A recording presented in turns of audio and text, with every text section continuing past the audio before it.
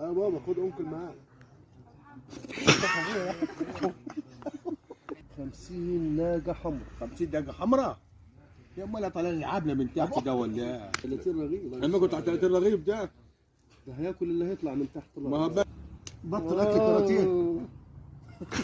ده وحيد. ده وحيد ابوه ده. ده 15 واحد في واحد وضحكنا على ابوه. ما هو خد عدة الشهر. خير. خد بس كده جايب لك زبون مريش محترم. زبون مريش وكبير طماع على الاخر، دوس وما تخافش. اللهم صل على النبي.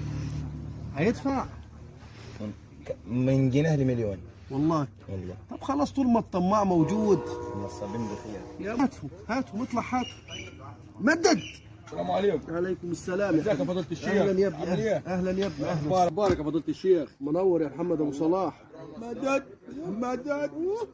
بس سيب شويه لغيرك. سيب شويه لغيرك. ما تاخدش البركه كلها. مدد من غير عدد.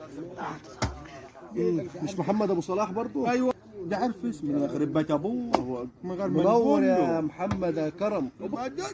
يا اللي مسمي روحك سياده النايب. حي مدد. بس كفايه. سيبوا شويه لغيركم. سيبوا شويه لغيركم. ادينا نفحاتك والنبي. بس صلى على النبي. صلى على يا ابني. خلاص يا ابني. خلاص. بركاتك يا ابني. بركاتك يا حبيبي. خير. الله يجي لك مصلحه. عارف المصلحه من غير ما تقول. عارف المصلحه. هي فضيلة الشيخ تحتها قول لنا مولانا. مش على المكان اللي عندكم في البيت. امال الحكايه دي؟ انت عارف كل حاجه. جايبين على واصل يا عم. في طلبات. امرني. مش طلباتك طلبات لي متاح. انا. مش لي انا معاذ الله. حاشا لله. امال لمين يا مولانا؟ طلبات لسياد. مدد يا رب. مدد يا رب. خلاص انا عارف. انا هقول لهم خلاص كل حاجه. عايزين امال الحكايه دي؟ 30 ورك نمله. 30 ورك نمله؟ ماشي. عندنا نمله كتير في البيت. ماشي. لا ده نمل احمر. نمل حمار. نمل احمر من الجبل الاخضر. وهنجيبه منين ده؟